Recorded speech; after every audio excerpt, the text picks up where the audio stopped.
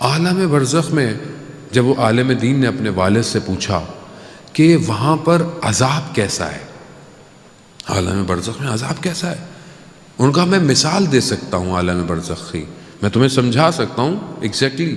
کہا کہ جیسے کوئی شخص پہاڑوں کے درمیان میں ہو اور بھاگنے کا یعنی فرار کا کوئی راستہ نہ ہو، اور پیچھے بھیڑیے یعنی وہ جانور ولف پیچھے لگ جائیں، کہاں بھاگو گے؟ کہا عالم برزخ میں عذاب ویسا ہے. یہاں تو آدمی کو ہے نا، آدمی بیمار ہو کچھ ہو آدمی نکل جاتا ہے، بہت درد ہو آدمی کہتا ہے انگلی کاٹ دو بھائی بہت درد ہو رہا ہے. وہاں نہیں ہے ایسا آپشن. نو لا یمکن الفرار من حکومتک، تیری حکومت سے کوئی فرار ہے ہی نہیں، ہے ہی نہیں فرار. خواہیے عذاب عالم. پھر پوچھا ان سے کہ یہ جو ہم فاتحہ پڑھتے ہیں صلوات بھیجتے ہیں یہ آپ کو وہاں کیسے ملتا ہے؟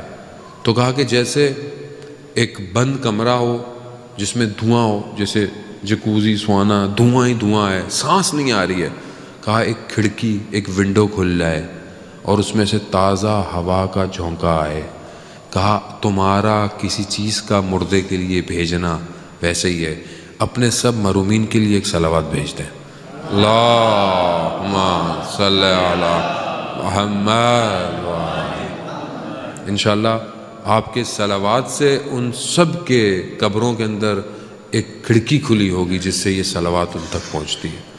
پھر انہوں نے کہا کہ والد محترم آپ کے لبوں پر زخم ہے، یہ زخم کیسا ہے؟ جہاں میں آپ کو لانا چاہ رہا تھا کہ ایک جملہ کتنی تکلیف.